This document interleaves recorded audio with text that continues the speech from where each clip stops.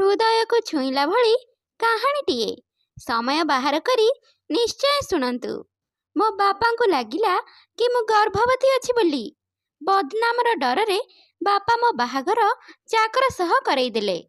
मु निर्दोष थिली, किंतु जेतेबेले बाहागर 6 मास परे मोर छुआ जन्म हैला तो से छुआटी को देखी मोर होश उड़ीगला।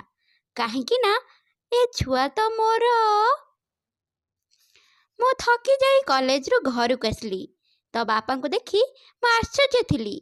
काहेकि ना बापा तो सबुदिन एही समय रे ऑफिस रे रुहंती, हेले आजी निराट खरा बेलेटारे घर को केमिति चली आसले। गरम आउ झाड़ पाई मो अवस्था बहुत खराब थिला। बापा मो आड़ को एक गभीर नजर रे चाहिए, जेमिति कि से मो भीतरे किछि देखिबा को चाहुथिले। आउ देखिबा मात्र के बहुत अजब ढंगरे प्रश्न पचारिबा को लागिले। मानसी, आज तते कॉलेज रु आसीबा को एते डेरी कोन पई ही गला? बापा को कथा सुनी मु आश्चर्य चिंतित होई तांको सामने रे बसी गली। आउ कहिबा को लागिली जे बापा आज एक्स्ट्रा क्लास थिला, एथि पई मते घर को आसीबा को डेरी ही गला। बापा पादठु मुंड पर्यंत मो आड़ को देखिबा को लागिले। आउ कहिले, बास एतिकी कथा। मते तांकर पचारिबार अंदाज बिल्कुल भी भल लागु नथिला, किंतु एहा किछि नुआ कथा नथिला। बहुत वर्षरु मु तांकर ए व्यवहार रे चिंतित थिली। बापा को मो कथा उपरे बहुत कम ही भरोसा हेउथला। से एमिति भाबरे प्रश्न करुथिले जेमिति मु तांकठु किछि लुचौछि। मु कहिली, हाँ बापा, केवल एतिकी कथा थिला। आउ बापा केउ कथा आउ हेई परिथांता? एमितिरे भी ड्राइवर मो सहित सब बेले रुहे। आपण चाहती तो ताकू भी पचारि पारंती। मते कॉलेज नेबा आनिबा करुथबा ड्राइवर 24 रु 25 वर्षर जवान पुओटे थिला। ता नाम आलोक थिला, किंतु बापा को ता उपरे बहुत भरोसा थिला। एहा पूर्वरु ता बापा आम घरे काम करुथिले। से माने बहुत भल लोक थिले। जेबेठु मु कॉलेज जिबा आसिबा आरंभ करथिली, आलोक ही मते नेबा आनिबार दायित्व उठौथला। एते विश्वास देला परे बापा को मो कथा उपरे टिके भरोसा हैला। तापरे से कहिले, ठीक अछि, रूम को जा आउ फ्रेश हे जा, तापरे सांग हेकी बसिकी खाइबा। मते मो बापांकर ए व्यवहार बिल्कुल भी भल लागिलानी। कहिबा को गले तो से मो बापा थिले, हेले भल पाइबा तो बहुत दूरर कथा। से मो सह सबु बेले रागिकी कथाबार्ता करुथिले। मोर प्रत्येकटी छोट कथा उपरे तांकर नजर रहुथला। रातिरे से केते थर मो रूम रे चक्कर काटुथिले। जना नहीं काहेकि केजाणी बापा को मो उपरे भरोसा नथिला। जेतेबेले मो राग टिके शांत हैला, मो फ्रेश हेकी खाइबा पई आसी डाइनिंग टेबल उपरे बसी गली। बापा बारंबार मो आड़ को देखुथिले। एमिति लागुथिला कि से जेमिति मते किछि कहिबाकू चाहुथिले। मु तांको केते थर पचारिले भी जे कथा कोन बोली, किंतु से मो कथार कौनसी उत्तर देलेनी। जेबेठु माँ ए दुनिया रु चली जाइथिला, बापा ही मते पाली पोसी मनीष करथिले। मोर बयस पाखापाखि 10 वर्ष थिला, किंतु एबे मो बयस 17 वर्ष होई जाइथिला। बापा सबु बेले मते टाण टाण कथा कहुथिले। तांकर ए व्यवहार रे मो निज घरे ही अणनिश्वासी होई पडुथिली। कॉलेज रे मोर एक सांग थिला, ता ना श्वेता। ताहा सह मोर बहुत गभीर बंधुता थिला। केबे केबे मु सेवता घर को चली जाए। श्वेतार गोटे भाई थिला, आशुतोष। जेतेबेले मु श्वेतार घर को जाउथिली, आशुतोष भी आम सह कथा हेबाकू लागे। केबे आशुतोष श्वेता को कॉलेज छाड़िबा पई मध्य आसुथिला। आशुतोष कथारु एमिति लागे जेमिति कि से मते पसंद करथिला। से जणे भल पिला थिला, हेले बापांक डर रे मु चेष्टा करुथिली जे मु जेमिति ताठु दूरेई दूरेई रहिबी। किंतु गोटे दिन मोर दुर्भाग्य थिला। ताहा मते जणा नथिला बापा मो पछे पछे कॉलेज आस्थिले। आउ से आशुतोष सहित मते कथा हेउतबार देखिदेले। बापा मो कॉलेज को काहींकि आस्थिले ताहा मते जणा नहीं, किंतु सेही दिनठु मो जीवन रे प्रलय माड़ी बसला। आशुतोष सह कथा हेउतबार देखि रागरे बापा मते गाड़ी रे बसैले आउ निज सह घर को नहीं आसिले। सेही दिनठु बापा मोर कॉलेज जिबा आसिबा बंद करई देले। तांको संदेह थिला जे आशुतोष मोर संपर्क अछि बोली। मो बापा को 1000 थर बुझेबा पई चेष्टा कली, किंतु बापा मोर कौनसी कथा सुनिलेनी। आउ रागरे कहिले, ମୁଁ ମୋ ଇଜ୍ଜତକୁ ବାଜିରେ ଲଗେଇ ପାରିବି ନାହିଁ। ତୁ ମୋ ବିଶ୍ୱାସକୁ ଭାଙ୍ଗିଛୁ। ତୋ ମା ମରିବା ପରେ ମୋର ଦିନ କେବଳ ତୋ କଥା ଚିନ୍ତାରେ ହିଁ କଟିଛି। ରୋକଠୋକ କରିବି ଆଜି ତୁ ମୋ ମୁହଁରେ ଚୂନ କାଳି ବୋଳିଦେଲୁ। ବାପାଙ୍କର ଏ କଥା ମୋତେ ଭିତରୁ ଥରେଇ ଦେଉଥିଲା। ମୋ କାନ୍ଦ ବୋବାଳି କିଛି କାମ ଦେଲାନି। ଆଉ ମୋ ପାଠପଢ଼ା ଅଧାରେ ହିଁ ରହିଗଲା। ଯେତେବେଳେ କି ଆଶୁତୋଷ ମୋର ଏମିତି କିଛି ସମ୍ପର୍କ ନଥିଲା ଯେ ଯେଉଁଥିରେ କି ମୋ ବାପାଙ୍କ ମୁଣ୍ଡ ତଳକୁ ହୋଇଯାଇଥାନ୍ତା କିମ୍ବା ବାପାଙ୍କ ଇଜ୍ଜତ ଉପରେ କିଛି ଆଞ୍ଚ ଆସିଥାନ୍ତା। ମୁଁ ଘରେ ବନ୍ଦୀ ହୋଇକି ରହିଯାଇଥିଲି ଆଉ ଚୁପଚାପ ନୀରବରେ ନିଜ ରୁମ୍ରେ ହିଁ ପଡ଼ି ରହୁଥିଲି। ଆମ ଘରେ ପଇସା ପତ୍ରର କୌଣସି ଅଭାବ ନଥିଲା, କିନ୍ତୁ ଏକ ସ୍ୱାଧୀନତା ହିଁ ଥିଲା ଯାହା ପାଇଁ ମୁଁ ତରସି ଯାଉଥିଲି। ମୋ ବାପାଙ୍କୁ ହିଁ ଯେତେବେଳେ ମୋ ଉପରେ ଭରସା ନଥିଲା ତ ମୁଁ ଅନ୍ୟମାନଙ୍କଠୁ କ'ଣ ବା ଆଶା ରଖିଥାନ୍ତି। ଗୋଟେ ଦିନ ମୋ ବାପାଙ୍କ ସାଙ୍ଗ ପ୍ରମୋଦ ଅଙ୍କଲ, ଯିଏକି ମୋ ବାପାଙ୍କ ବିଜନେସ୍ ପାର୍ଟନର ଥିଲେ, ସେ ଆମ ଘରକୁ ଆସିଲେ। ଆଉ ଆସିବା ମାତ୍ରକେ ସେ ମୋତେ ମୋ ପାଠପଢ଼ା ବିଷୟରେ ପଚାରିବାକୁ ଲାଗିଲେ। ମୁଁ କାନ୍ଦି କାନ୍ଦି ତାକୁ ସବୁ ସତ କଥା କହିଦେଲି। ସେ ବାପାଙ୍କର ବହୁତ ପୁରୁଣା ସାଙ୍ଗ ଥିଲେ ଆଉ ସେ ପ୍ରାୟ ସମୟ ଆମ ଘରକୁ ଯିବା ଆସିବା କରୁଥିଲେ। ସେଥିପାଇଁ ମୁଁ ତାଙ୍କୁ ବିଲକୁଲ ବି ଡରୁନଥିଲି। ମୁଁ ମୋ ହୃଦୟର ସବୁ କଥା ତାଙ୍କୁ ସହଜରେ କହିପାରୁଥିଲି।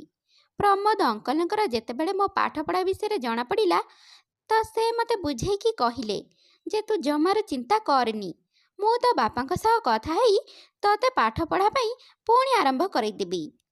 ପ୍ରମୋଦ ଅଙ୍କଲଙ୍କ କଥା ଶୁଣି ମୋତେ ଟିକେ ଆଶ୍ୱାସନା ମିଳିଲା, କାହିଁକି ନା ବାପା ପ୍ରମୋଦ ଅଙ୍କଲଙ୍କର ସବୁ କଥା ମାନନ୍ତି। ପ୍ରମୋଦ ଅଙ୍କଲ ଏକଥା ବାପାଙ୍କୁ କହିବା ଆଗରୁ ହିଁ ମୋ ଜୀବନରେ ଏକ ନୂଆ ମୋଡ଼ ବଦଳେଇ ଦେଲା। ଗୋଟେ ଦିନ ରାତିରେ ମୁଁ ଗଭୀର ନିଦରେ ଶୋଇଥିଲି। ଠିକ୍ ସେହି ସମୟରେ ବାପା ଅଚାନକ ମୋ ରୁମ୍କୁ ଆସିଲେ। ସେତେବେଳକୁ ମୋ ଫୋନ୍ ରିଙ୍ଗ ହେଉଥିଲା।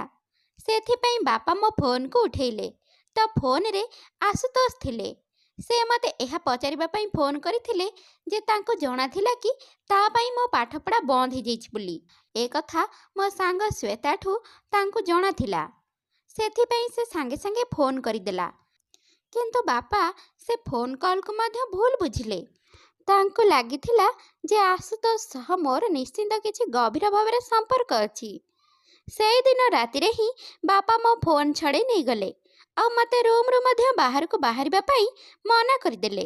ଏସବୁ ହେଲା ପରେ ମୁଁ ମୋ ରୁମ୍ରେ ଦିନ ସାରା ବନ୍ଦ ହେଇ ରହୁଥିଲି। କେବେ ଯଦି ପ୍ରମୋଦ ଅଙ୍କଲ ଆସୁଥିଲେ ତ ମୋତେ ଦେଖା କରିବା ପାଇଁ ମୋ ରୁମ୍କୁ ଚାଲି ଆସୁଥିଲେ। ସେ ମୋତେ କହୁଥିଲେ କି ବାସ୍ କିଛି ଦିନ ଅପେକ୍ଷା କରିନେ, ମୁଁ ତୋର ପାଠ ପଢ଼ିବା ପାଇଁ ତୋ ବାପାଙ୍କୁ ମନେଇ ନେବି। ଏବେ ଏସବୁକୁ ମାତ୍ର 2 ଦିନ ବିତିଥିଲା ଆଉ ହଠାତ୍ ବାପା ମୋ ରୁମ୍କୁ ଆସିଲେ ଆଉ କହିଲେ ଆଜି ପରଠୁ ତୁ ମୋର ରୁମ୍ରେ ହିଁ ଶୋଇବୁ। ମୁଁ ଏକ ଯବାନ ଝିଅ ଥିଲି ଆଉ ମୋ ପାଇଁ ବାପାଙ୍କ ସହ ଶୋଇବା ଲାଜର କଥା ଥିଲା। ମୁଁ ବାପାଙ୍କୁ କହିଲି ମୁଁ ନିଜ ରୁମ୍ରେ ହିଁ ଠିକ୍ ଅଛି। ମୋ କଥା ଶୁଣିକି ବାପା ରାଗିକି କହିଲେ, କାହିଁକି? ରାତିରେ ତତେ ଦେଖା କରିବା ପାଇଁ ରୁମ୍କୁ କିଏ ଆସୁଛି କି? ବାପାଙ୍କର ଏମିତି କଥା ଶୁଣିକି ମୋ ଆଖିରେ ଲୁହ ଚାଲି ଆସିଲା। ମୁଁ କାନ୍ଦି କାନ୍ଦି ତାଙ୍କୁ କହିଲି ଯେ ଗୋଟେ ଥର ତ ନିଜ ଝିଅ ଉପରେ ଭରସା କର। ବାପା କହିଲେ ଯେତିକି ଭରସା କରିବାର ଥିଲା ମୁଁ କରିନେଲି, କିନ୍ତୁ ଆଜି ପରଠୁ ତୁ ମୋ ରୁମ୍ରେ ଶୋଇବୁ। ସେହିଦିନ ପରଠୁ ବାପା ମୋତେ ତାଙ୍କ ରୁମ୍ରେ ହିଁ ଶୋଇବା ପାଇଁ ଆରମ୍ଭ କରିଦେଲେ। ସେହିଦିନ ପରଠୁ ବାପା ମୋତେ ତାଙ୍କ ରୁମ୍ରେ ହିଁ ଶୁଣେଇବା ଆରମ୍ଭ କରିଦେଲେ। ବାପାଙ୍କ ରୁମ୍ରେ ଶୋଇଲା ବେଳେ ମୁଁ ସାରା ରାତି ଏମିତି ହିଁ ଚାହିଁ ଚାହିଁ କାଟିଦେଲି, କାହିଁକି ନା ବାପାଙ୍କ ରୁମ୍ରେ ଶୋଇବାଟା ମୋତେ ଭଲ ଲାଗୁନଥିଲା।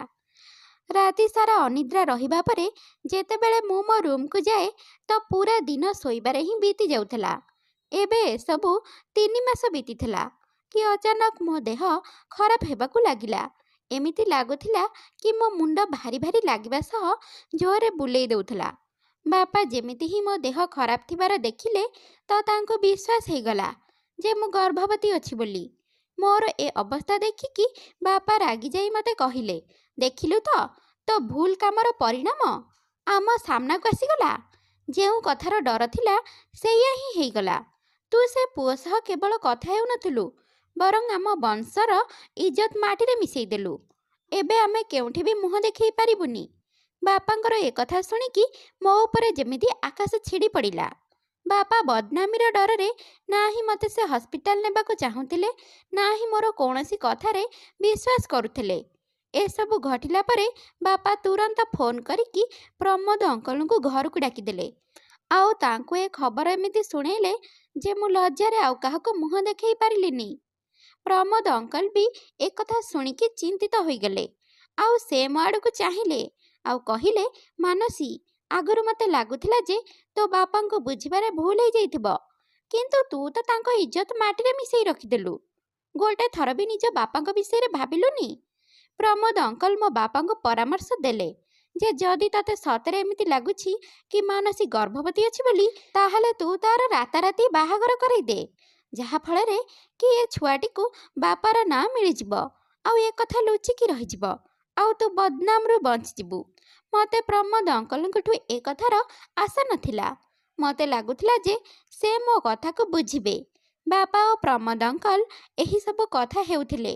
ଠିକ୍ ସେହି ସମୟରେ ଆଲୋକ ସେମାନଙ୍କ ପାଇଁ ଚା ନେଇକି ଆସିଲା। ଆଲୋକକୁ ସାମ୍ନାରେ ଦେଖିବା ମାତ୍ରକେ ବାପା ତାକୁ ପଚାରିଲେ, କ'ଣ ତୁ ମାନସୀକୁ ବାହା ହେବୁ? ବାପାଙ୍କ ଏ କଥା ଶୁଣିକି ମୋତେ ଏକ ଶକ୍ତ ଝଟକା ଲାଗିଲା ଭଳି ଅନୁଭବ ହେଲା କି ବାପା ମୋତେ କେମିତି ମୋ ବାହାଘର ଏକ ଚାକର ସହ କରାଇ ପାରିବେ, ଯେତେବେଳେ କି ମୁଁ କିଛି ପାପ ହିଁ କରିନଥିଲି ଆଉ ନା ହିଁ ମୁଁ ପ୍ରେଗନେଣ୍ଟ ଥିଲି। ଆଲୋକ ମୋ ଆଡ଼କୁ ଚାହିଁ ହଡ଼ବଡ଼େଇ ଗଲା ଆଉ କହିଲା, ବାବୁ, ଆପଣ ଏ କେମିତିକା କଥା କହୁଛନ୍ତି?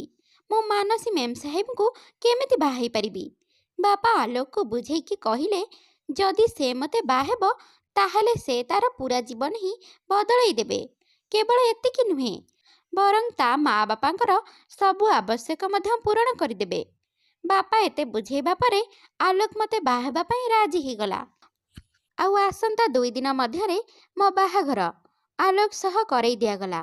ମୁଁ ଚାହିଁକି ବି ଏ ବାହାଘରକୁ ମନା କରିପାରିଲିନି ଆଉ ନ ଚାହିଁକି ମଧ୍ୟ ଆଲୋକକୁ ବାହା ହେଇଗଲି। ବାପା ଆଲୋକକୁ ଗିଫ୍ଟରେ ଏକ ଫ୍ଲାଟ୍ ଦେଲେ। ବାହାଘର ପରେ ଆଲୋକ ମୋତେ ସେହି ଫ୍ଲାଟ୍କୁ ନେଇକି ଆସିଲେ। ଆଲୋକକୁ ମୁଁ ମୋର ସ୍ୱାମୀ ହେବାର ଅଧିକାର ଦେଇନଥିଲି।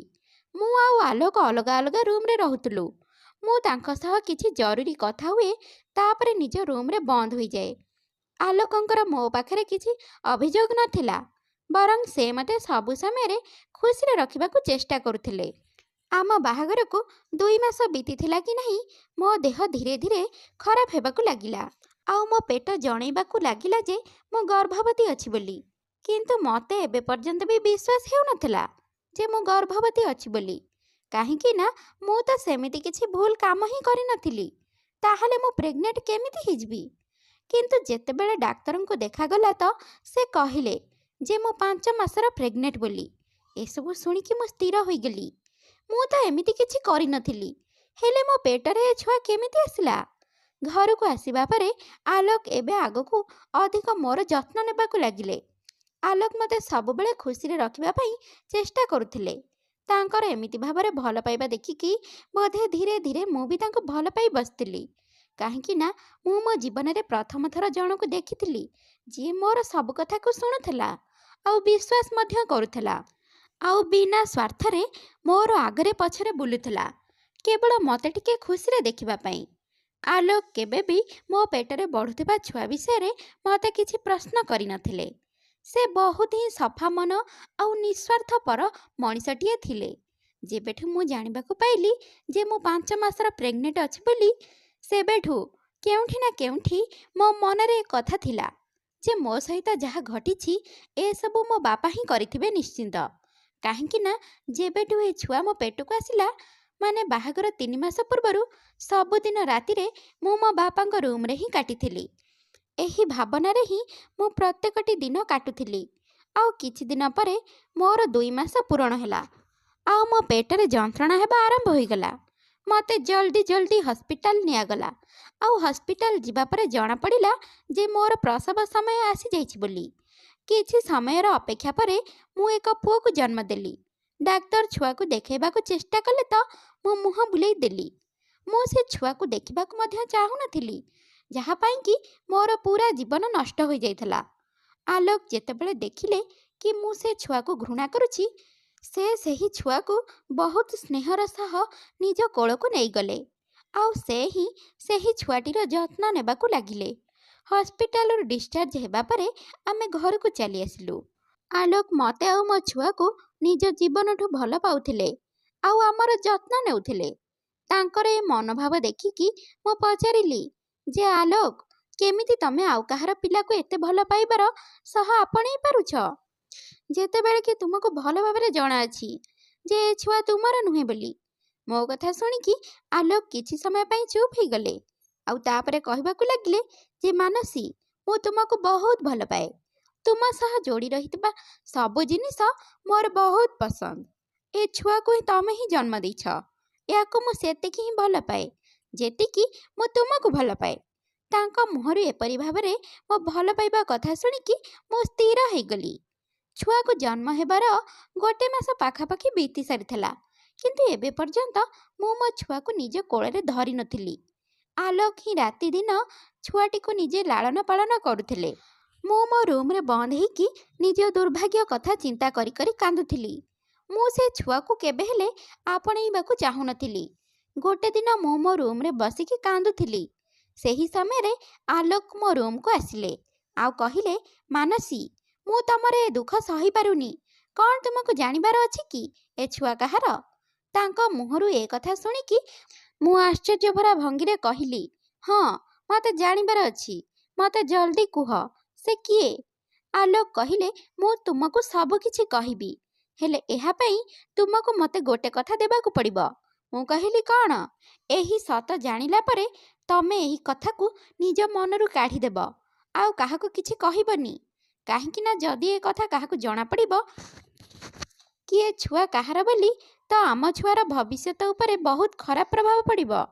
ଆଉ ଏଥିରେ ଏ ନିରୀହ ଛୁଆଟିର କ'ଣ ବା ଭୁଲ ଥିଲା? ମୋତେ କୌଣସି ପରିସ୍ଥିତିରେ ବି ସତ ଜାଣିବାର ଥିଲା। ସେଥିପାଇଁ ମୁଁ ଆଲୋକଙ୍କୁ କଥା ଦେଲି ଯେ ଠିକ୍ ଅଛି, ଯେମିତି ତମେ କହୁଛ ମୁଁ ସେମିତି ହିଁ କରିବି। କିନ୍ତୁ ଆଲୋକଙ୍କ ମୁହଁରୁ ସତ ଶୁଣିବା ପରେ ମୋ ପାଦ ତଳେ ଯେମିତି ମାଟି ଖସିଗଲା। କାହିଁକି ନା ଏ ଛୁଆ ସେହି ଲୋକର ଥିଲା ଯାହା ଉପରେ କି ମୁଁ ମୋ ନିଜଠୁ ବି ଅଧିକ ଭରସା କରିଥିଲି। ମୋ ଛୁଆର ବାପା ପ୍ରମୋଦ ଅଙ୍କଲ ଥିଲେ। ଆଉ ପ୍ରମୋଦ ଅଙ୍କଲ ଏସବୁ ମୋ ସହ କରିଥିଲେ। ମୋ ବାପାଙ୍କ ସମ୍ପତ୍ତି ନିଜ ନାଁରେ କରାଇବା ପାଇଁ କରିଥିଲେ। ପ୍ରମୋଦ ଅଙ୍କଲ ଆରମ୍ଭରୁ ହିଁ ମୋ ବାପାଙ୍କୁ ମୋ ବିଷୟରେ ଚୁଗୁଲି କରିଥିଲେ। ଏଥିପାଇଁ ମୋ ବାପା ମୋ ଉପରେ ଭରସା କରୁନଥିଲେ। ଆଲୋକ କହିଲେ କି ଗୋଟେ ଦିନ ପ୍ରମୋଦ ଅଙ୍କଲ ଘରକୁ ଆସିଥିଲେ। ଆଉ ସେଦିନ ଘରେ ଆଲୋକ ଛଡ଼ା ଘରେ ଆଉ କେହି ବି ନଥିଲେ। ବୋଧହୁଏ ସେହିଦିନ ମୋ ମୁଣ୍ଡ ବହୁତ ଜୋରରେ ବିନ୍ଧା ହେଉଥିଲା। ଆଉ ମୁଁ ଆଲୋକକୁ ଚାହା ବନେଇବା ପାଇଁ କହିଥିଲି। ସେତେବେଳେ ଅଚାନକ ପ୍ରମୋଦ ଅଙ୍କଲ ଆସିଲେ ଆଉ ଆଲୋକଙ୍କୁ ରୋଷେଇ ଘରେ ଚା ବନାଉଥିବାର ଦେଖିକି ଆଲୋକକୁ ପଚାରିବାକୁ ଲାଗିଲେ, କାହା ପାଇଁ ଚାହା ବନାଉଛୁ? ଯେତେବେଳେ ତାଙ୍କୁ ଜଣାପଡ଼ିଲା ଯେ ଆଲୋକ ମୋ ପାଇଁ ଚାହା ବନାଉଛନ୍ତି, ତ ସେ ଆଲୋକକୁ ବାହାନା କରି କିଛି ଜରୁରୀ କାମରେ ବାହାରକୁ ପଠାଇଦେଲେ ଆଉ କହିଲେ, ତୁ ଯା, ମାନସୀକୁ ଚାହା ମୁଁ ଦେଇଦେବି। ଆଲୋକ ଯେତେବେଳେ ମୋତେ ଏ କଥା କହିଲେ ତ ମୋର ମନେ ପଡ଼ିଗଲା କି ଗୋଟେ ଦିନ ପ୍ରମୋଦ ଅଙ୍କଲ ହିଁ ମୋ ପାଇଁ ଚାହା ଆଣିକି ଆସିଥିଲେ। ମୋତେ ବା କ'ଣ ଜଣାଥିଲା ଯେ ସେ ମୋ ବାପା ସମାନରେ ହେଲା ପରେ ମଧ୍ୟ ସେ ମୋ ସହିତ ଏମିତି କରିବେ ବୋଲି। ମୁଁ ବିନା ଦ୍ୱନ୍ଦ୍ୱରେ ତାଙ୍କ ହାତରୁ ଚାହା ପିଇ ନେଇଥିଲି। ଆଉ ଚାହା ପିଇବା ମାତ୍ରକେ ମୋତେ ନିଦ ଆସିଯାଇଥିଲା। ନିଦ ନୁହେଁ, ବରଂ ମୁଁ ବେହୋସ ହୋଇଯାଇଥିଲି। ଆଲୋକ କହିଲେ କି ଜଣା ନାହିଁ କାହିଁକି ତାଙ୍କୁ କିଛି ଭୁଲ ହେବାର ଅନୁଭବ ହୋଇଯାଇଥିଲା। ଏଥିପାଇଁ ସେ କାମ ସାରିକି ଜଲ୍ଦି ଜଲ୍ଦି ଘରକୁ ଚାଲି ଆସିଲେ। ହେଲେ ଯେତେବେଳେ ପର୍ଯ୍ୟନ୍ତ ସେ ଘରକୁ ଆସିଲେ ସେତେବେଳକୁ ପ୍ରମୋଦ ନିଜ କାମ ସାରି ଦେଇଥିଲେ। ଆଉ ମୋ ରୁମ୍ରୁ ବାହାରିଲା ବେଳେ ନିଜ ସାର୍ଟର ବଟମ୍ ବନ୍ଦ କରି କରି ନିଜ ଘରକୁ ଚାଲିଗଲେ। ସେବେଠୁ ମୁଁ ପ୍ରମୋଦ ଆଉ ତମ ବାପାଙ୍କ କଥା ଉପରେ ଧ୍ୟାନ ଦେବାକୁ ଲାଗିଥିଲି। ଅଧିକାଂଶ ସମୟରେ ପ୍ରମୋଦ ତମ ବାପାଙ୍କୁ ତମ ବିଷୟରେ ଉସ୍କାଉଥିଲା। ମୁଁ ଚାହିଁଥିଲେ ଏକଥା ମୁଁ ତୁମକୁ ଆଉ ତମ ବାପାଙ୍କୁ କହିପାରିଥାନ୍ତି, କିନ୍ତୁ ମୋତେ ଜଣାଥିଲା ଯେ ମୋ ଭଳି ଚାକର କଥା ଉପରେ କିଏ ବା ଭରସା କରିବ। କିନ୍ତୁ ତମ ବାପା ଯେତେବେଳେ ତୁମକୁ ବହୁତ ଟାଣ ଟାଣ କଥା କହୁଥିଲେ ମୋତେ ବହୁତ ଖରାପ ଲାଗୁଥିଲା। ମାନସୀ, ମୁଁ ତମ ଘରର ଚାକର କିମ୍ବା ଡ୍ରାଇଭର ଥିଲି। ମାନସୀ, ମୁଁ ତମ ଘରର ଚାକର କିମ୍ବା ଡ୍ରାଇଭର ଥିଲି ସତ, ହେଲେ ତମ ସହ ଏମିତି ବ୍ୟବହାର ହେଉଥିବାର ଦେଖି ମୋ ହୃଦୟ ଜଳି ଯାଉଥିଲା। କହିବାକୁ ଗଲେ ତମର ଏହିଭଳି ଅବସ୍ଥା ଦେଖିକି ମୁଁ ତୁମକୁ ଭଲ ପାଇ ବସିଥିଲି। ଆଉ ଏଇଥିପାଇଁ ସେଦିନ ଯେତେବେଳେ ତମ ବାପା ମୋତେ ପଚାରିଲେ ଯେ କ'ଣ ତୁ ମାନସୀକୁ ବାହା ହେବୁ, ତ ମୁଁ ବିନା ଦ୍ୱନ୍ଦ୍ୱରେ ରାଜି ହେଇଗଲି। କାହିଁକି ନା ମୋତେ ପୁରା ବିଶ୍ୱାସ ଥିଲା ଯେ ମୁଁ ତୁମକୁ ଆପଣେଇବା ସହିତ ତମ ଛୁଆକୁ ବି ଆପଣେଇ ପାରିବି ବୋଲି। କାହିଁକି ନା ମୁଁ ତୁମକୁ ହୃଦୟରୁ ଭଲ ପାଏ। ଆଉ ଏସବୁରେ ଏ ନିରୀହ ଛୁଆଟିର ବା କ'ଣ ଭୁଲ ଯେ ତାକୁ ଦଣ୍ଡ ମିଳିବ? ଆଲୋକ ଆଉ ମୁଁ ଏହି ସବୁ କଥା ହେଉଥିଲୁ ସେତେବେଳେ ମୋ ପୁଅ, ଯିଏକି ଗଭୀର ନିଦରେ ଶୋଇଥିଲା, ସେ ସେହି ସମୟରେ ଉଠିଗଲା ଆଉ କାନ୍ଦିବାକୁ ଲାଗିଲା। ଆଲୋକ ଜୋର ଜବରଦସ୍ତି ଛୁଆଟିକୁ ମୋ କୋଳରେ ଧରିଦେଲେ। ତ ମାଆର ମମତାରେ ମୋର ହୃଦୟ ବିଚଳିତ ହେବାକୁ ଲାଗିଲା। ଆଉ ମୁଁ ତାକୁ ଛାତିରେ ଜାବୁଡ଼ି ଧରିଲି ଆଉ ଜୋର ଜୋରରେ କାନ୍ଦିବାକୁ ଲାଗିଲି। ମୁଁ ଆଲୋକକୁ କହିଲି ଯେ, ଆଲୋକ, ମୁଁ ଯେମିତି ତୁମକୁ କଥା ଦେଇଛି ଯେ ଏ କଥା ମୁଁ କାହାକୁ କହିବିନି ବୋଲି, ସେମିତି ତମେ ବି ମୋତେ କଥା ଦିଅ ଯେ ଏ କଥା ତମେ ମୋ ବାପାକୁ କହିବ। ତାଙ୍କୁ ବି ସତ ଜାଣିବା ଦରକାର ନା ତାଙ୍କ ଝିଅ ସହ ଭୁଲ କରିଥିବା ଲୋକ ଜଣକ କିଏ ବୋଲି। ଆଉ ଆଜି ପର୍ଯ୍ୟନ୍ତ ସେ ମୋ ଉପରେ ସନ୍ଦେହ କରୁଥିଲେ, ହେଲେ ତାଙ୍କ ଝିଅ ଭୁଲ ନୁହେଁ, ବରଂ ତାଙ୍କର ସବୁଠୁ ବିଶ୍ୱସ୍ତ ସାଙ୍ଗ ହିଁ ଭୁଲ ଥିଲେ, ଯାହା ଉପରେ କି ସେ ନିଜଠୁ ବି ବେଶୀ ଭରସା କରୁଥିଲେ। ଆଲୋକ କହିଲେ, ଯଦି ତମ ବାପା ଏକଥା କାହାକୁ କହିଦିଅନ୍ତି ତ? ମୁଁ ଆଲୋକକୁ କହିଲି, ବାପା ଏକଥା କାହାକୁ ବି କହିବେନି। ମୁଁ ବାପାଙ୍କୁ ଏକଥା ବୁଝେଇଦେବି ଯେ ନିଜ ପାଇଁ ନହେଲେ ନାହିଁ, କିନ୍ତୁ ନିଜ ଝିଅ ପାଇଁ ତାଙ୍କୁ ଚୁପ୍ ରହିବାକୁ ପଡ଼ିବ। ମୁଁ ଏଇଥିପାଇଁ ତାଙ୍କୁ ଜଣାଇବାକୁ ଚାହୁଁଛି ଯେ ସତ କ'ଣ ସେ ବି ଜାଣନ୍ତୁ। ଆଲୋକ ସେହି ସମୟରେ ହିଁ ବାପାଙ୍କୁ ଫୋନ୍ କରି ଡାକିଲେ ଆଉ ସବୁ ସତ ସତ କହିଦେଲେ। ବାପାଙ୍କୁ ଯେତେବେଳେ ଏକଥା ଜଣାପଡ଼ିଲା ତ ସେ ମୋ ଆଗରେ ହାତ ଯୋଡ଼ି ଜୋର ଜୋରରେ କାନ୍ଦିବାକୁ ଲାଗିଲେ ଆଉ କହିବାକୁ ଲାଗିଲେ ଯେ, ମାନସୀ, ମୋତେ କ୍ଷମା କରିଦେ। ମୁଁ ମୋ ଝିଅ ଉପରେ ଭରସା ନ କରି ବହୁତ ବଡ଼ ଭୁଲ କରିଛି। ଆଉ ଯଦି ଏ ଛୁଆର ଭବିଷ୍ୟତ କଥା ନ ଉଠିଥାନ୍ତା, ତେବେ ମୁଁ ଏବେ ସାଙ୍ଗେ ସାଙ୍ଗେ ପ୍ରମୋଦକୁ ଜେଲ୍ ପଠାଇ ଦେଇଥାନ୍ତି। କିନ୍ତୁ ଏତେ ବଡ଼ ଭୁଲ କରିଥିବା ଲୋକକୁ ଆମେ କେମିତି ବା ଏମିତି ଖୋଲାରେ ଛାଡ଼ି ପାରିଥାନ୍ତୁ? ସେଥିପାଇଁ ବାପା ସମ୍ପତ୍ତି ହଡ଼ପ ଆଉ ଷଡ଼ଯନ୍ତ୍ର କେସ୍ରେ ପ୍ରମୋଦକୁ ଜେଲ୍ ପଠାଇଦେଲେ। ଆଉ ବାପା ସେହିଦିନ ହିଁ ମୋତେ ଆଲୋକ ଆଉ ଆମ ଛୁଆକୁ ନିଜ ସହିତ ନେଇକି ଚାଲି ଆସିଲେ ଆଉ ପ୍ରମୋଦ ସହ ସବୁ ସମ୍ପର୍କ ଭାଙ୍ଗିଦେଲେ। ମୁଁ ଆଉ ଆଲୋକ ଜଣେ ଦୁଇ ଜଣଙ୍କୁ ଗୋଟେ କଥା ଦେଇଥିଲୁ, ଆମେ ବାହାର ଲୋକଙ୍କଠୁ ଅଧିକ ନିଜ ଛୁଆ କଥା ଶୁଣିବୁ ଆଉ ବିଶ୍ୱାସ ମଧ୍ୟ କରିବୁ। କାହିଁକି ନା ମୋ ବାପା ମୋ ସହ ଯାହା କରିଥିଲେ, ସେହିଭଳି ଭୁଲ କୌଣସି ପିତାମାତା ନିଜ ଛୁଆ ସହ ଯେମିତି ନ କରନ୍ତୁ। କାହିଁକି ନା ଯଦି ମୋ ବାପା ମୋ ଉପରେ ଭରସା କରିଥାନ୍ତେ, ତେବେ ମୋତେ ଆଜି ଏସବୁ କଷ୍ଟ ଭୋଗିବାକୁ ପଡ଼ିନଥାନ୍ତା। ତେବେ ଶ୍ରୋତା ବନ୍ଧୁମାନେ, ଆଶା କରୁଛି ଆଜିର ଏହି କାହାଣୀଟି ଆପଣମାନଙ୍କୁ ପସନ୍ଦ ଆସିଥିବ। ଆଉ ପସନ୍ଦ ଆସିଥିଲେ ଭିଡ଼ିଓକୁ ତ ଲାଇକ୍ କରିବେ, ସେୟାର କରିବେ ଆଉ ମୋ ଗପପେଡ଼ି ଚ୍ୟାନେଲଟିକୁ ସବସ୍କ୍ରାଇବ୍ ନିଶ୍ଚୟ କରିବେ। ତାହେଲେ ଆଜି ପାଇଁ ରହୁଛି, ବାଏ। ପୁଣି ଦେଖାହବ ଆଉ ଏକ ସୁନ୍ଦର କାହାଣୀ ସହିତ ଆଉ ଏକ ନୂଆ ଭିଡ଼ିଓରେ। ଧନ୍ୟବାଦ।